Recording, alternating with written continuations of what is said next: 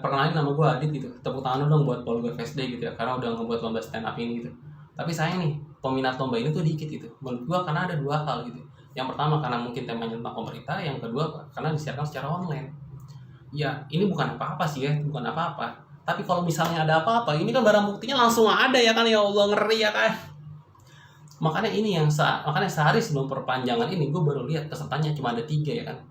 Ya Allah, cuma 3, main Among Us aja juga kurang gitu kan. Nah setelah perpanjangan ini nih pesertanya nambah gitu jadi 7 orang gitu.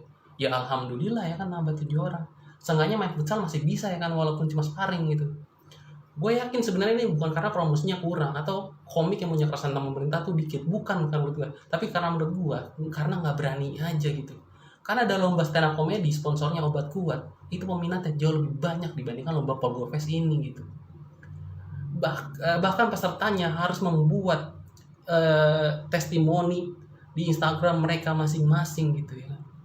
Tapi peminatnya tetap banyak gitu. Ini kan menunjukkan kan bahwa lebih baik malu yang ditahan daripada orangnya yang ditahan ya kan. UIT itu ngeri coy, sumpah dah ya kan.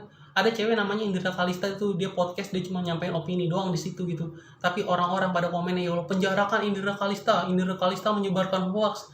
Ya Allah, dia cuma ngasih opini loh, cuma ngasih opini doang. Kok lu bisa kejam-kejam banget sih ngasih komennya gitu. Ya walaupun kita sama-sama tahu lah kan opininya Indra Kalista tuh goblok, tapi ya udah gitu, cuma nyampein opini doang gitu. Ini yang nyebabin gue takut juga nih ikut-ikut beginian ya kan. Niatnya gue cuma mau ikut komedi nih kan, malah ntar jadi sebuah tragedi nih gara-gara ini doang. Tapi ngomongin tentang penanganan COVID-19 gitu, kebijakan menurut gue tuh pemerintah sudah melakukan pengawasan yang cukup baik gitu. Pemerintah sudah melakukan sosialisasi penggunaan masker. Pemerintah juga sudah sosialisasi cuci tangan. Pemerintah juga sudah social distancing, mengubah kata anjay menjadi anjayang. Semuanya pemerintah udah melakukan hal itu gitu.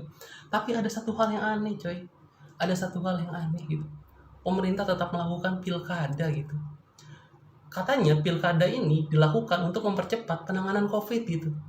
Menurut gue mah mempercepat penanganan COVID mah bukan cuma pilkada gitu ya kan. Bisa meningkatkan jumlah swab gitu, membangun rumah sakit, regulasi yang diperketat gitu. Lagian pemerintah aneh banget ngadain pilkada untuk penanganan. Ini mah sama aja pemerintah mau nyebrang gitu ya.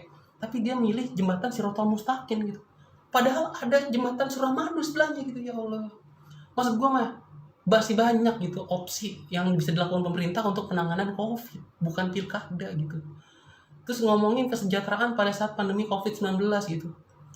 Ada undang-undang cipta kerja yang disahkan baru-baru ini.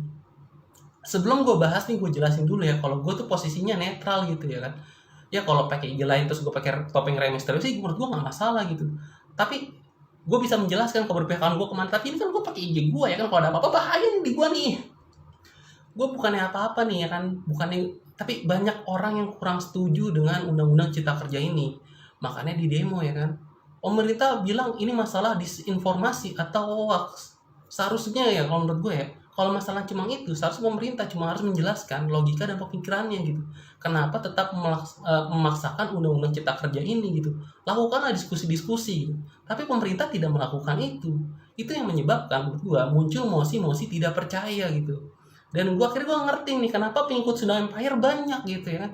Menurut gue bukan karena mereka halu, tapi mungkin mereka cuma karena nggak percaya aja gitu. Bagi mereka tuh lebih mudah percaya Bill Gates orang Sunda dibandingkan percaya DPR bekerja untuk masyarakat gitu ya kan, ya Allah. Beberapa aja. Bukan gue sih tetap percaya sama pemerintah lah ya kan. Tapi kalau misalnya gue boleh kasih saran ya, boleh ngasih saran ke pemerintah nih. Gue percaya DPR dan pemerintah tuh orangnya pintar-pintar gitu. Mereka tahu mana yang baik, mana yang enggak buat kita. Mungkin aja Omnibus Law sebenarnya baik buat kita, tapi menurut gue ya, negara kita kan menganut demokrasi ya. Menurut gue pemerintah tuh harusnya dengerin masyarakat gitu ya kan. Walaupun mungkin Omnibus Law baik nih kan, ternyata baik buat rakyat gitu. Tapi rakyatnya nggak setuju, ya biarin aja menurut gue ya kan. Biarkan rakyat merasakan pilihannya gitu. Karena ini kan demokrasi ya kan, bukannya apa-apa ya kan. Demokrasi itu kan dari rakyat, oleh rakyat, dan untuk rakyat. Kalau misalnya pemerintah nggak mendengarkan rakyat, demokrasi ini akan menimbulkan pertanyaan gitu ya kan. Dari rakyat, oleh rakyat, untuk siapa ya kan? Kan rakyat nggak lu denger.